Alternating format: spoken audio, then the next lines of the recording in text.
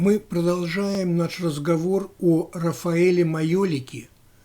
Так называли Никколò да Урбино, мастера, который работал в начале XVI века. We continue our conversation about someone who was called Raphael of Majolica, Niccolò da Urbino, from the beginning of the 16th century.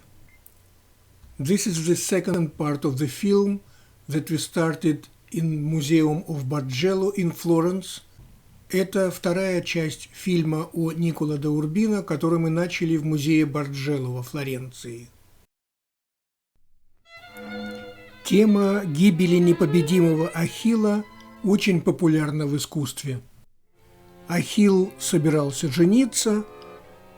Таким сложным образом в этом случае Парис должен был отказаться от Елены Прекрасной, чего он не хотел, а Аполлон подсказал Парису единственное уязвимое место на теле Ахилла – пятка. Вот туда Парис и посылает свою стрелу, как раз тогда, когда Ахилл приносит жертву в честь своей будущей женитьбы, Ахилл погибает. Произошло это в конце Троянской войны. Скорее всего, композиция взята с какой-то гравюры, но Никколò да Урбино сдвинул главных героев на край тарелки, чтобы никакая еда на этой тарелке их не закрывала. Интересно, что существует похожая тарелка, правда попроще, и принадлежит она перу, так сказать, другого мастера, Никколò Пелипарио, который тоже работал в Урбино примерно в это же время. Их даже путают иногда. Например, вот эта тарелка, о которой мы говорили, часто приписывается Никколò Пелипарио. Ну вот, эта тарелка из сервиза Коллини, а всего их сохранилось около десятка, находится в Метрополитен. Вот, но все это произошло, конечно, намного позже, чем похищение Елены, из-за которого, собственно, и разразилась Троянская война. А показываю я это в обратном порядке, потому что эта тарелка в Victoria and Albert Museum в Лондоне из другого сервиза. Она из сервиза, тоже созданного для одного из Гонзага, для герцога Мантуи Федериго II Гонзага. Вот этот герб с Олимпом и девизом «Фидес» – «Верность» был дан тогда еще маркизу Мантуи императором Карлом V в 1523 за то, что Мантуя помогла ему в битвах за Парму и Пьяченцу годом раньше. А маркиз Гонзага – это был тот самый мальчик, которого мы уже видели в начале этого фильма. Теперь взрослый мужчина. А мне эта тарелка интересна не только обычными для Никколò да Урбино красками, великолепным детально прописанным пейзажем, но и тем буйством действия, которое сразу же привлекает наше внимание. Парис, изображенный здесь вполне зрелым мужчиной, уносит упирающуюся Елену, хотя я не совсем понимаю, где у нее вторая нога, но это не важно. Слева от них Приам, отец Елены, вроде бы пытается ее удержать. Кто-то, вскочив из-за стола, пытается выхватить меч из ножен, кто-то уже выхватил и пытается Париса убить. Справа народ все еще за столом и не понимает, что происходит, отчего весь шум, который, кстати, так испугал лошадей. Люди слева пытаются их успокоить. В общем, много чего сразу здесь происходит. И вот интересно, развивающийся на дереве яркий такой занавес, который здесь совершенно вроде бы ни к чему, создает движение, создает темп для всей этой сцены. Правда? Но придумка Никколо да Урбино здесь только цвет, очень, правда, важный. Потому что, скорее всего, композиция взята вот с этой гравюры, написанной, правда, на другую, тоже мифологическую тему – «Битва кентавров с лапифами». Композиция, как мы видим, совершенно та же, но здесь с обеими ногами Елены все в порядке. И теперь я уже вижу, где у нее вторая нога у Никколо да Урбино. Правда, гравюра эта более поздняя. Скорее всего, Никколо был знаком с более ранней ее версией. Так считает музей. Но, возможно, может быть и противоположное объяснение. Автор гравюры был знаком с тарелкой, которую создал Никколо да Урбино. Собственно, в сервизе, созданном Никколо да Урбино для Изабеллы d'Este, который мы подробно рассматривали в первой части этого фильма, тоже есть тарелка, посвященная похищению Елены. Но там совершенно иная идея. Здесь несчастная Елена тщетно пытается вырваться из рук таких здоровых мужиков, и вся сцена построена как такая внезапная бешеная битва.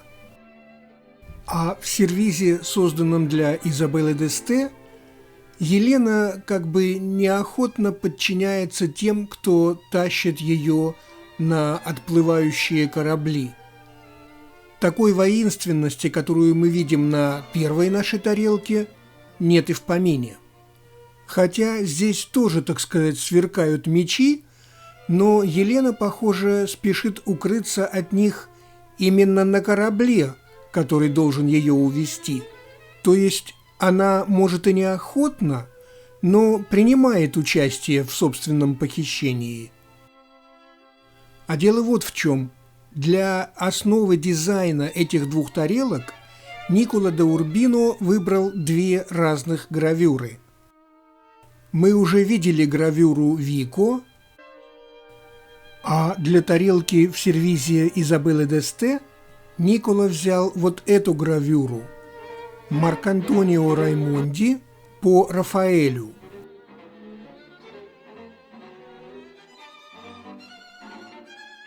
Интересно сравнить эти две тарелки, сделанные одним мастером для двух членов одной семьи. Интересно сравнить и более мягкую, женственную концепцию тарелки из сервиза для Изабеллы d'Este с более воинственной тарелкой из сервиза Федерико.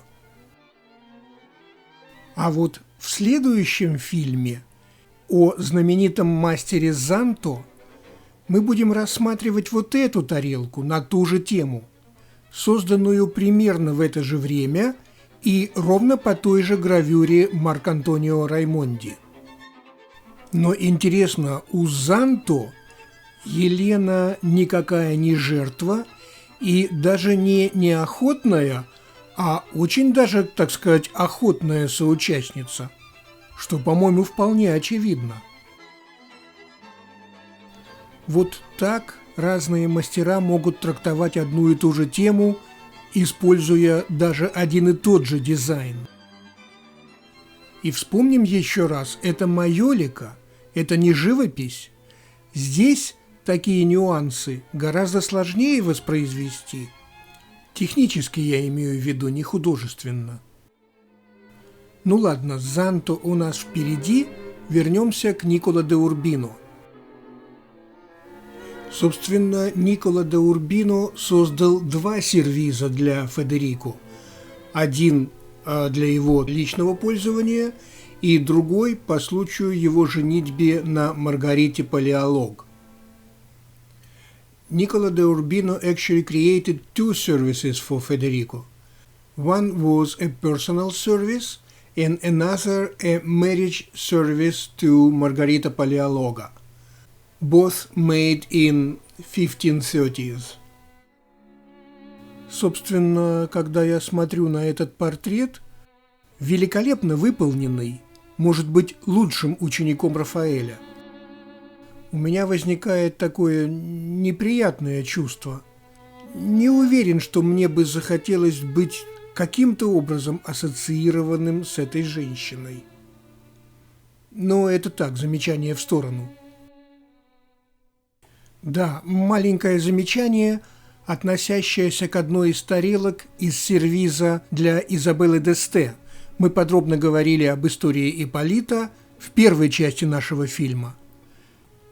Так вот, могу успокоить тех, кто слишком уж переживал за судьбу бедного мальчика. Диана, сжалившись над ним, упросила Эскулапа, бога медицины, оживить юношу, что тот и сделал. Правда, не очень охотно, как показывает вот эта его рука. Знал, что за доброе дело его накажут. Мы же в греческих мифах, так? Но для Ипполита все кончилось хорошо. Как показывает Никколо да Урбино на другой тарелке из того же сервиза. Ну вот, следующая история тоже интересна. Убил Персей Медузу Горгону. Мы подробно рассказывали об этом его подвиге и об этой статуе в фильме о Бенвенуто Челлини. Ну вот, возвращается Персей из этого приключения, летит себе, у него такие сандали-скороходы были, с крылышками, летит себе мимо побережья Эфиопии и видит странную картину. Какое-то чудище пытается заглотить красивую девушку, живьем, так сказать. Будучи джентльменом, Персей не мог пролететь мимо такого безобразия. Он снизился, чудище порубил и, естественно, на Андромеде женился. У той, правда, был предварительный жених, который ее не спас и не спасал, так сказать. Но когда опасность миновала, он как бы возмутился. Моя, мол, невеста. В общем, не джентльмен. Нет. Но это уже за пределами нашей части мифа, той части, что отражена на тарелке Никколо да Урбино, а отражен здесь самый момент убиения чудища ужасного на глазах у изумленной принцессы, которая только что готовилась умирать. Ну, какие не пойти после этого за такого красавца? Это было бы как-то и нелогично. Ну вот, здесь мы видим обычный пейзаж, который Никколо да Урбино включает в свои работы. Полные движения Персей и чудище, испуганная Андромеда. В общем, замечательная тарелка. Вот очень красивая тарелка, еще из одного сервиза. Египетская принцесса вылавливает из реки корзину, в которой находит младенца, Моисея. Очень распространенная притча с древних времен. Впервые она появляется в эпосе о Гильгамеше, в Шумере. Но как замечательно передано движение, вот посмотрите на эти руки, на это неподдельное изумление. А какова архитектура? Снова, естественно, не египетская, а современная мастеру. Очень красивая тарелка.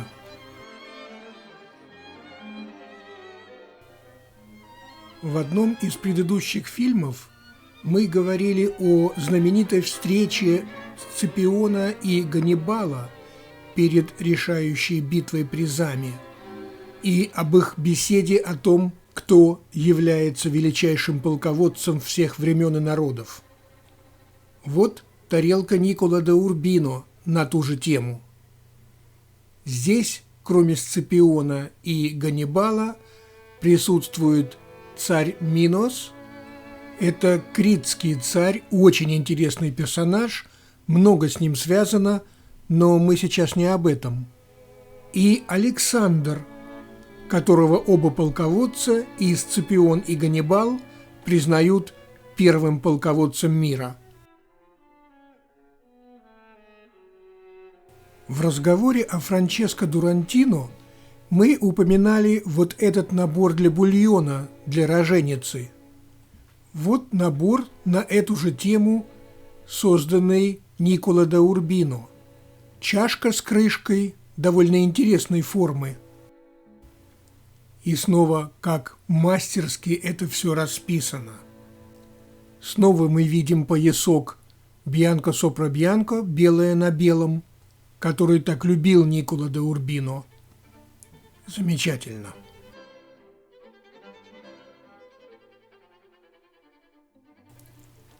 Всадник на лошади, солдат с мечом на весах. Как-то не очень бьется, да? Но такова роспись на следующей тарелке Никколо да Урбино. Здесь нужно немножко рассказать. В V-IV веках до нашей эры еще молодая Римская республика боролась за владычество на Апеннинском полуострове. Войны были многочисленные, жестокие и не всегда заканчивались победой Рима. В один из таких моментов на Апеннинский полуостров вторглись цизальпинские галлы, и в 390 году до нашей эры, даты приблизительные, разбили римлян, которые проявили поразительную беспечность. Гальский предводитель Брен получил огромные трофеи, пошел прямо на Рим, который оказался совершенно беззащитным. Последние защитники Рима заперлись на Капитолии, Брен их осадил и только через 8 месяцев пообещал снять осаду за огромный выкуп золотом. В момент передачи выкупа римляне заметили, что весы у Бренна неправильные, так сказать. Они попытались было пожаловаться на несправедливость, и тогда Брен, швырнув свой меч на весы, произнес знаменитую фразу «Vaya victis» – «Горе побежденным». Именно в этот момент, по легенде и по Титу Ливию, к городу подошла армия Камилла, который раньше был одним из трибунов в Риме.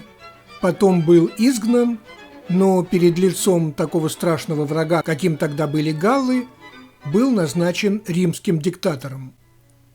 Так вот, Камилл, увидев эту сцену, вскричал: «Отечество освобождать надо железом, а не золотом». Вступил в битву и галлов из Рима изгнал.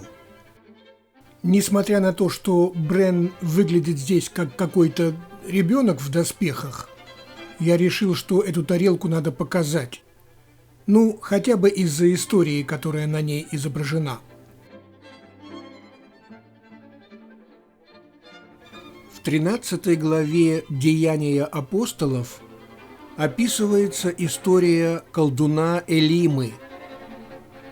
Римский проконсул Сергиус Паулус, или Сергей Павел, призвал к себе святого Павла для того, чтобы услышать слово об Иисусе, так сказать, из первых уст. И когда святой Павел появился перед проконсулом, колдун или лжепророк по имени Элима стал с ним спорить. Тогда святой Павел сказал: «Вот Господь ослепит тебя хотя бы на время, чтобы ты понял свою неправоту». В эту же минуту облако заволокло глаза Элимы, и он временно ослеп. После этого проконсул Сергиус Паулус перешел в христианство. Вот такую историю рассказывает нам Никколо да Урбино на этой тарелке, а скопирована она снова с гравюры Агостино Венециано, который, в свою очередь, скопировал ее с картона Рафаэля, который тот подготовил для гобелена. Верхняя часть его сохранилась, она висит в папской резиденции. По гобелену было сделано несколько копий, вот одна из них. Начало XVII века. Находится этот гобелен в Лондоне, в Букингемском дворце. Я вот не могу вспомнить, проходит ли мимо него маршрут экскурсии по дворцу. Таких картонов для гобеленов Рафаэль подготовил 7. Все они рассказывают о деяниях святых Петра и Павла. Созданы они были то ли в 1516, то ли чуть раньше. Во всяком случае, судя по книгам, именно в этом году Рафаэль получил оплату. В начале гобелены висели в Сикстинской капелле, сейчас их там нет. Правда, изредка там их вывешивают, как было, например, в 2011. Вот на картинке справа внизу видна часть нашего. А картоны Рафаэля принадлежат короне Соединенного Королевства и предоставлены для экспозиции музею Виктории и Альберта. Ну вот, а судя по реакции людей, присутствующих на аудиенции, а их здесь 9, некоторые из них после этого чуда, которое явил святой Павел, тоже перейдут в христианство. Уж больно явственно изумление на их лицах. Да, а надпись на кресле проконсула скопирована с гравюры Агостино Венециано. В 2 словах вот об этой тарелке. Она, насколько я понимаю, не расшифрована. То есть, что здесь происходит, мы не знаем, но это явно языческая картина, жертвенник, животные, приготовленные в жертву. Кто-то молится, кто-то благовония подносит. А по гамме цветов эта тарелка похожа на ту, которая изображает похищение Елены. Мы о ней подробно говорили. Сделаны они примерно в одно и то же время. А вот эта тарелка отражает исторический факт. В 1521 году Федериго II Гонзага, которого мы знали сначала мальчиком, затем зрелым мужчиной, так вот, Федериго, который только что, 3 месяца назад, был пожалован императором Карлом V из маркизов в герцоги, получает из рук папы Лео X, первого папы из рода Медичи, звание капитано дженерале, фактически звание главнокомандующего папской армией. Весьма почетное звание. Первым капитано-дженерале был Шарлемань, да и после него многие из тех, с кем мы уже знакомы. Чезаре Борджиа, Франческо Мария I де ла Ровере, Лоренцо II де Медичи, герцог Урбино, Гвидобальдо II де ла Ровере. Вот эту церемонию и показывает Никколо да Урбино на этой тарелке. Богатая обстановка, знаменосцы с яркими флагами, соломоновы колонны, замечательные своды, вполне торжественная обстановка. Совсем кратенько вот об этой тарелке из Victoria and Albert Museum в Лондоне. Цезарь по пути в Египет. Ему предстоит одно из самых захватывающих приключений в его жизни – встреча с Клеопатрой. Но он об этом пока и не подозревает. Та же архитектура времен Никколо де Урбино, те же итальянские пейзажи, а вовсе не египетские, и те же замечательные краски. Некоторые из работ Никколо де Урбино выполнены в несколько необычной для него гамме, вот как это, например, из Детройтского музея искусств. Здесь мы возвращаемся к мифическим сюжетам от исторических. Геракл был продан в рабство Амфале не то на год, не то на 3 по разным версиям. Амфала тоже по разным версиям то ли богиня, то ли царица Лидии, Лидийцы – народ, который жил в тех местах, где сейчас Турция, поскольку они были до некоторой степени потомками хеттов, первого народа, говорящего на индоевропейском языке. О хеттах довольно мало известно, кроме того, что в 1274 году до нашей эры произошла решающая битва при Кадеше между ними и египтянами. Две империи долго соперничали за владычество в Восточном Средиземноморье. И это первая битва с документированным участием колесниц, 2500 на стороне хеттов. Битва закончилась, так сказать, в ничью, хотя обе стороны объявили о своей победе. Так бывает.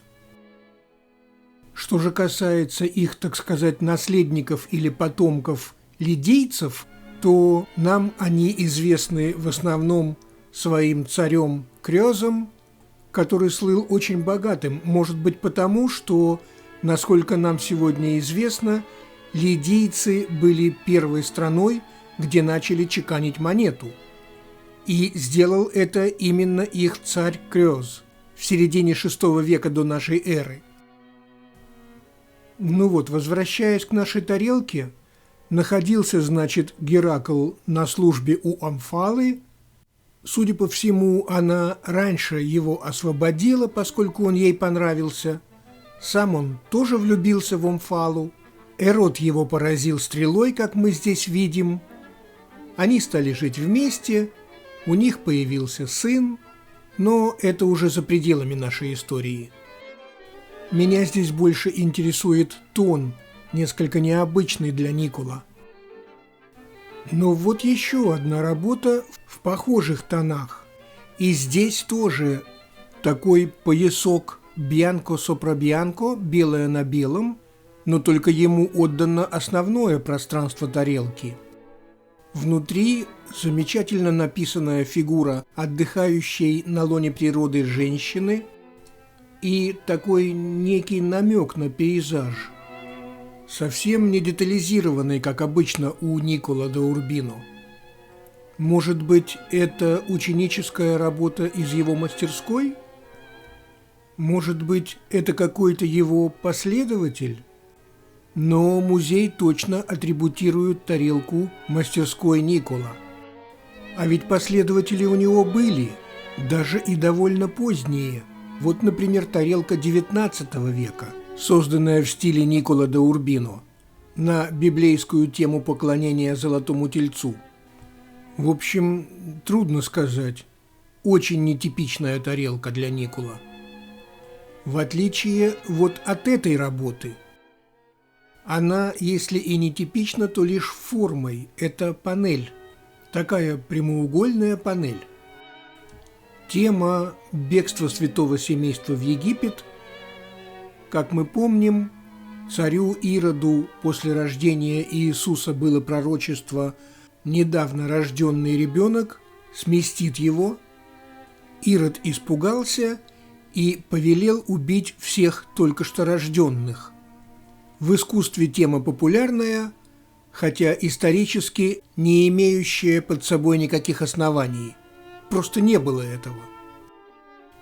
Ну вот, Иосифу, приемному отцу, так сказать, Иисуса, сообщили, он подхватил Марию с младенцем, заодно с его двоюродным братом Иоанном Крестителем, и они убежали в Египет.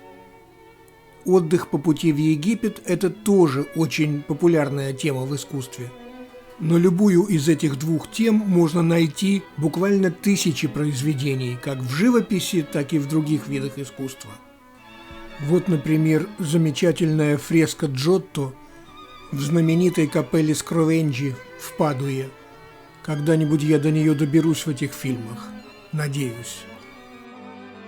А Бройгел поместил сцену даже и в зимний пейзаж, совсем нетипичный для тех широт, где она якобы происходила, но зато близкий великому художнику. И тоже когда-нибудь я расскажу об огромной выставке Брейгеля, на которой мы побывали в Вене. И мы видим здесь зрелого мастера, как прописаны фигуры, каков пейзаж за ними, насколько естественны позы, и как схвачен сам момент, сколько здесь движения. И все бы хорошо.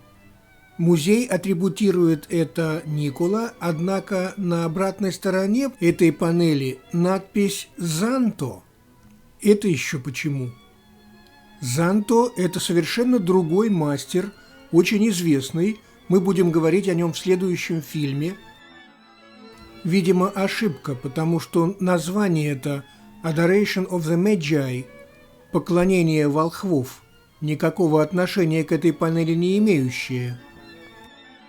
Ну, ладно, бывает. Британский музей огромен, экспонатов миллионы, людей всегда не хватает, ну, ошиблись. А вот и другая панель Никола де Урбино, на сей раз как раз «Поклонение волхвов». Находится она в Вашингтоне, в Национальной галерее, и здесь мы видим уже знакомые для нас яркие краски Никола, замечательный пейзаж и довольно высокая точность в отображении характеров, как всегда у него. Три мудреца, короля, волхвы, там с переводом проблемы. Дело в том, что с древнееврейского это можно перевести как «пастухи», либо как такие волшебники, что ли, или цари восточные. Поэтому в искусстве мы видим обе версии – и с бедными пастухами, и с богатыми царями. Понятно, что вторая более популярна, поскольку ее можно сделать более, так сказать, красочной. А вот Доменико Гирландайо, например, великолепный художник, между прочим, учитель Микеланджело, в один и тот же год написал обе версии. И висят они сейчас во Флоренции на расстоянии, километра друг от друга. Ну вот, как мы видим, Никола тоже выбрал вторую версию. Как и великий Биноццо Гоццоли в капелле Палаццо Медичи Рикарди во Флоренции. Мы говорили уже об этой капелле в одном из фильмов, а даже, кажется, и не в одном. Это такая флорентийская Сикстинская капелла, можно сказать. Создатель знаменитых мозаик в Равенне тоже выбрал вторую версию. Эти мозаики подробно описаны в одном из моих фильмов из Равенны. Ну вот, известно, что, так сказать, посетители были трех возрастов – молодой, пожилой и среднего возраста. Один из них чернокожий. Пришли они прямо туда, где Иисус родился, то есть в хлев. Правда, архитектура несколько не хлевная, но зато бык и осел, согревавшие своим дыханием младенца, на месте.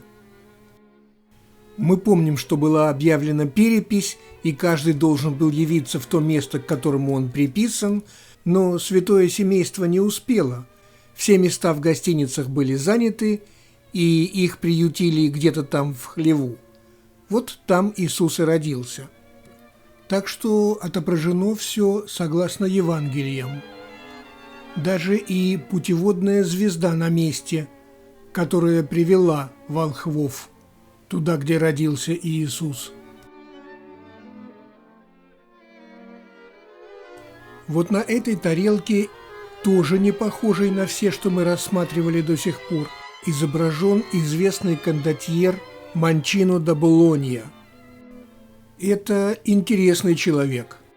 Служил Сфорца миланским герцогом, затем был от них уволен, прошел через целую кучу дуэлей, вернулся к Сфорца и потом с кем только не воевал. Вместе с венецианцами, вместе с Бентивольо, против папы и Чезаре Борджа, потом на стороне папы, на стороне Пизы против Флоренции, затем на стороне Флоренции против Пизы, убит в бою, как и положено, между прочим, родственником гуманиста Пико де ла Мирандола. Вот такой интересный персонаж. Еще один кондотьер по имени Просперо, ничего больше о нем не известно. Ну и просто, чтобы ничего уже не упустить в нашем длинном рассказе о Никколо да Урбино, вот эти две тарелки, точно не похожие на все, что мы видели. Они тоже подводят нас к следующей теме, которую мы будем рассматривать после майолики Историато, к майолике Рафаэллеско. Ну и напоследок, вот эта тарелка Никколо да Урбино, композиционно взятая, по-видимому, вот с этой гравюры. Так вот, эта тарелка была в 2010-м продана на аукционе почти за $2 миллиона. Вот ссылка на видео. Ценят сегодня Никколо да Урбино, Рафаэля Майолики, работавшего в Урбино в первой половине XVI века. В следующем фильме мы будем говорить о Занто. Я уже упоминал это имя несколько раз. Они в чем-то похожи с Никколо да Урбино.